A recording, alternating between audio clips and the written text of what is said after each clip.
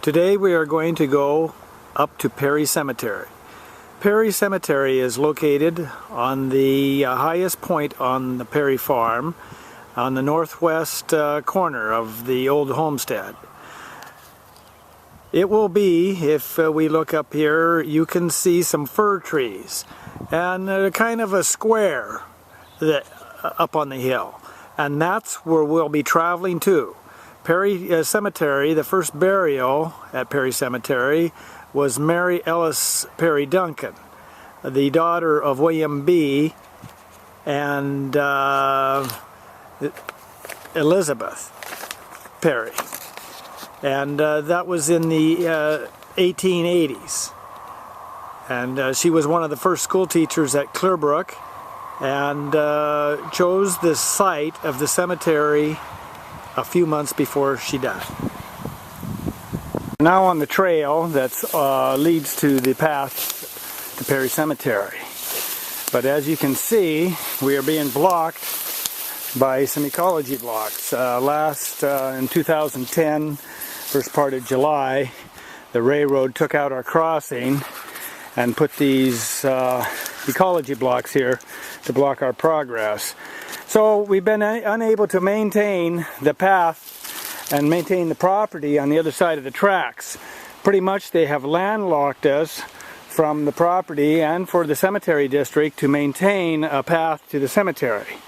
But I'm working on that, and it may take some time, but eventually we'll get the crossing back in. We are now at the road that goes up towards the cemetery. We're right near the railroad tracks, right here. And this road will take us, if it's not impassable, to the cemetery. Continuing on the path, we come to some cedar trees, and the path will bend around and we're getting closer. As you can see, it's overgrown, but it's still passable. We are now about 100 feet from the entrance of the cemetery, and below the cemetery there is a pond, and you can see the lilies out there, possibly if the sun isn't too bright. And which is quite amazing. We're 10 or 15 feet up from the surrounding lowlands, and we got water in a pond up on the top of the hill. We're continuing on the path to the cemetery. Let me just walk through. This is growing up to be a big mess. Let's see if I can get down. We can see. Well, we can at least crawl and then get to it. And if we do that, we miss a lot of the stinging nettles and the blackberries that are growing up. But we will get there. I had to get on my hands and knees to get through that mess. But now we come into a more passable part of the trail, and we'll just continue on. We have a log right here at the entrance of the cemetery. I'll have to duck down and get under that, and the main stone is just ahead.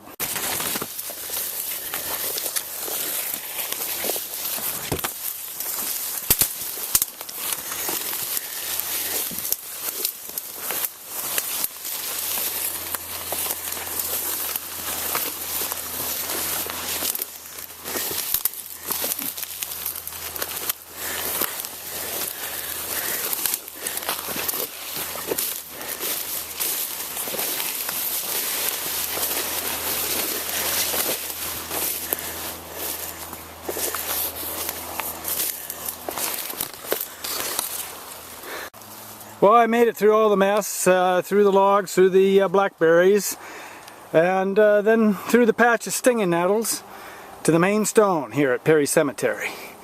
And as you can see, like I said, the first person that was buried here was Mary Perry Duncan, daughter of William B. and Elizabeth Duncan.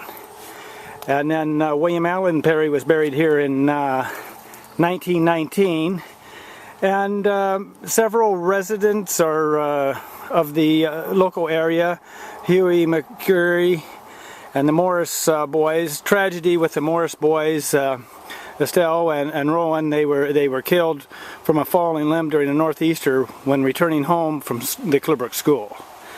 It was a tragedy, and the whole community mourned at that loss. The last burial that I know of at Perry Cemetery was Charlotte Perry in 1920. So my Aunt Mary Perry, had this stone made up in the early 1960s to get a list of all that were buried here, as many of the stones and markers have pretty much fallen victim to time. So we'll explore around and see if we can find a few stones here. Now we've made it to the southern border of the cemetery. You can see the looks like a 4-strand barbed wire fence that's here, and that was the border, the south border. There was a fence that went all the way around the cemetery, and at one time there was a white gate that you could see from the Van Buren Road that was built in the 1940s. But that is long gone and rotten away.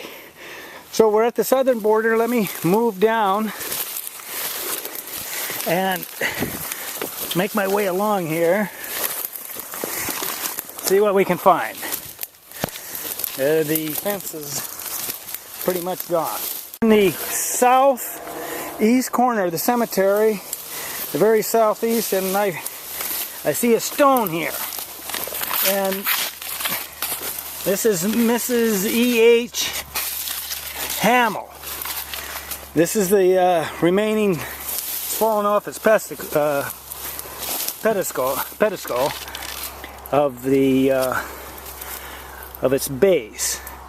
So at one time, I can remember as a kid, there was a picket fence around this area.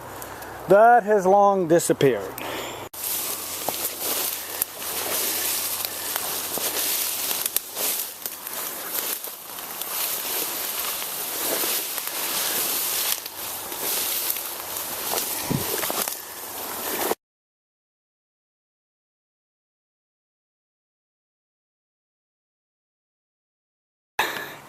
Now we're at the another headstone. Now this is an older one, and these are, if you go to older parts of cemeteries in the area, this is what they were 4-sided.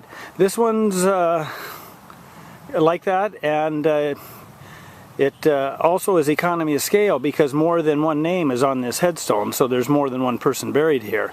This one was only, looks like 15 years old. And Lula Maud Boyer, it says. On the other side, we'll go around. This is a smaller of the older ones, and sometimes if you go to Woodlawn or even over at Linden, the older part of the cemetery, you got a lot of headstones like this. So this is Laura May Boyer. She again died on December 9th, 1898. Age must be 18 years. So these were young people, and it makes you believe that there was some kind of influenza that came through during that time. So now we're exiting out the northern part of the cemetery. The ground ivy is growing here, so it's not native. So when one comes upon a scene like this, by not having these native plants here, you know that this would be where the cemetery is.